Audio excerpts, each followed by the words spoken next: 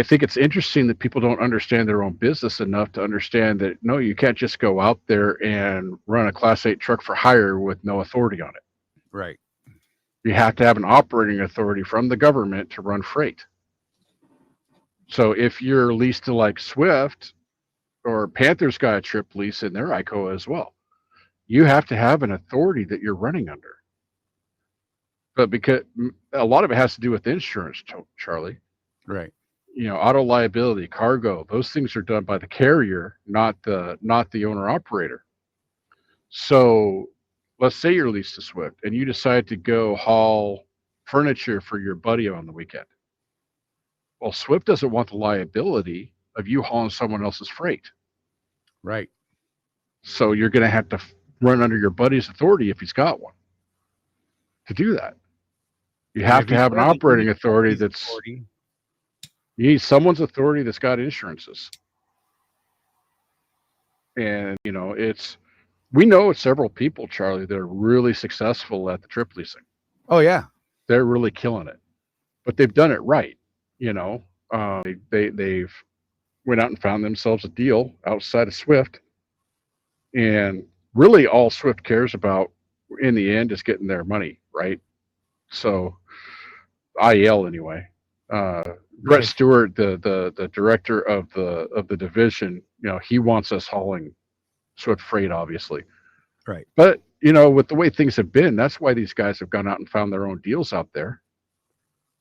They don't necessarily want to port their truck out, which is where you completely leave Swift. They want to keep the door open, hoping that things turn around, right?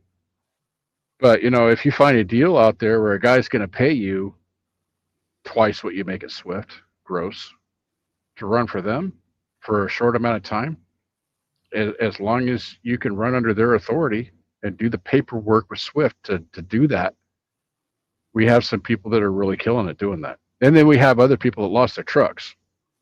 Let's talk about that side real quick. Right. Because here's what happens when you're leasing a truck from like IEL or whatever leasing agent that you have to make those weekly payments. Well, you went out there because this guy offered you $3 a mile, but you didn't read the contract, so you didn't know that you were on net 90 pay. Right. Meaning they're not paying you for 90 days. So how are you making those weekly lease payments under those circumstances? You would need to factor that, right? But you didn't read your contract, so you didn't know that. So before you know it, IEL is repossessing your truck. Right.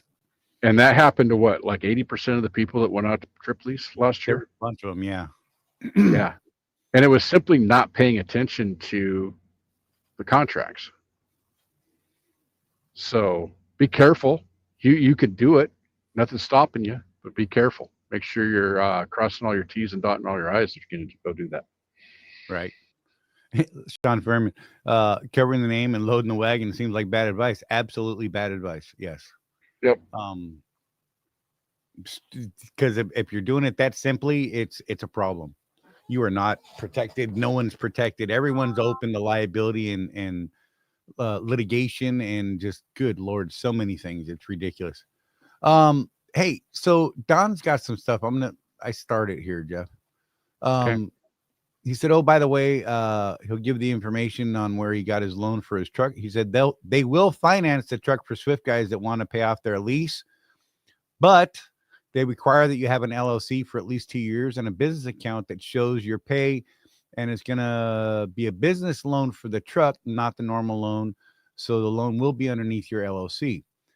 He thinks, and I'm probably going to agree with him here, that it's probably better than trying to roll it over into an MRP. But again, you need a business entity to do business with the place that he's talking about, not Right. just a sole prop. Well, Right? and just to clarify too, you can have an LLC and still be a sole prop. You don't have Right. to be an S corp, but you do need to have the corporate umbrella over you to do deals like this. Right. So years and years, Charlie, I just ran solopreneur. Oh yeah, me too. Um, um, You learn a little bit more, and you find out that although an LLC doesn't protect you as well as the late night commercials tell you they do, Right. there are reasons to have an LLC. Even if you don't want to do the S corp thing, have an LLC because it sets you up for things down the road. Right. Is it required? Is it absolutely necessary? No. No, but I think it sets you up for bigger, better things. Right. But I just wanted to make that clarification because there's a lot of people who are out there. They're setting up LLCs, but they're setting them up for that wrong reason, thinking, "Oh, it's going to protect me for all of this stuff. I can't be sued. If I go bankrupt, no one's coming after me."